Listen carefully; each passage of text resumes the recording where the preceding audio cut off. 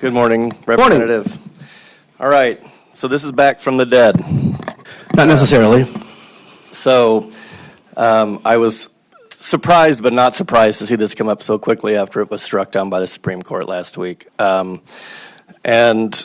I'll make many of the same arguments I made against this last time. It kind of took on a name throughout the discourse, the Let Politicians Lie bill, which I think effectively this encourages, and I'll explain what I mean. So you mentioned when the legislature passes puts an item on the ballot, they have the right to write the ballot language that's proposed, and then it goes forward for adjudication. I'm in my fourth year here. I've seen a lot of ballot measures pass through, and every single one of them has been misleading at best, dishonest at worst, laden with unrelated ballot candy, things that are designed to deceive at the polls. And so the oversight of the courts in this process is incredibly important. And I know that the argument here is that the Secretary of State is the ultimate election authority and so should have this power and this back and forth with the court. But I find it interesting that you pointed to the process around the new Amendment 3 as a success of this process because it did go back and forth 3 times, right? Because the Secretary of State very intentionally wrote language that did not get to the meat of the issue, which was that the new Amendment 3 repeals the old Amendment 3. And it took 3 times and 3 court interventions for honest language to finally be written. And over the last several months, actually, the Secretary of State has had 5 separate ballot language summaries overridden. In one case, flat out admitted to writing argumentative language around a ballot title for the case around the new gerrymandered maps.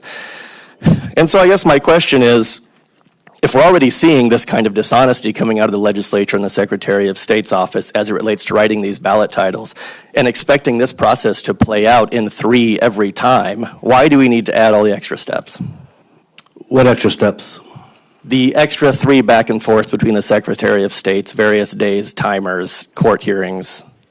Well, I think it all depends on, what kind of mood the court's in. I mean, one day they may wake up and think that's fine, and one day they may, have kind of a silly notion of what they think is right and then weigh in on some things.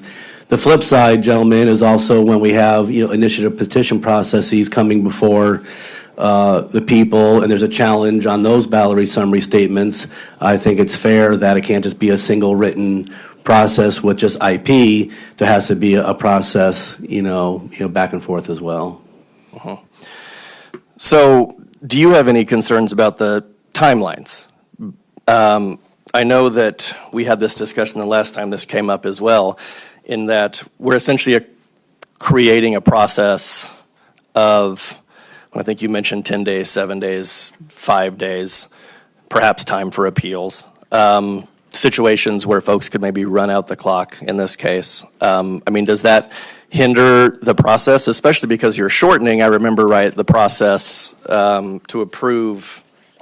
Yeah, I don't think so, gentlemen. I think once the original summary statement is agreed to initially, I think it's within 10 days that if it's going to be challenged, it has to be challenged within those 10 days. And then I thought that they ironed out that timetable last year so there wouldn't be any interference on the election cycle. Yeah, I think that what this bill does is it incentivizes bad behavior, I mentioned before.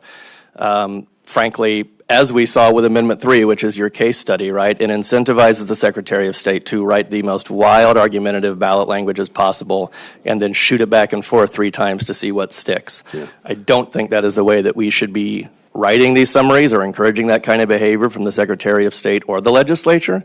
That is why the moniker "Let Politicians Lie" has caught on and why people understand that this is a bill designed to make this process less honest and transparent.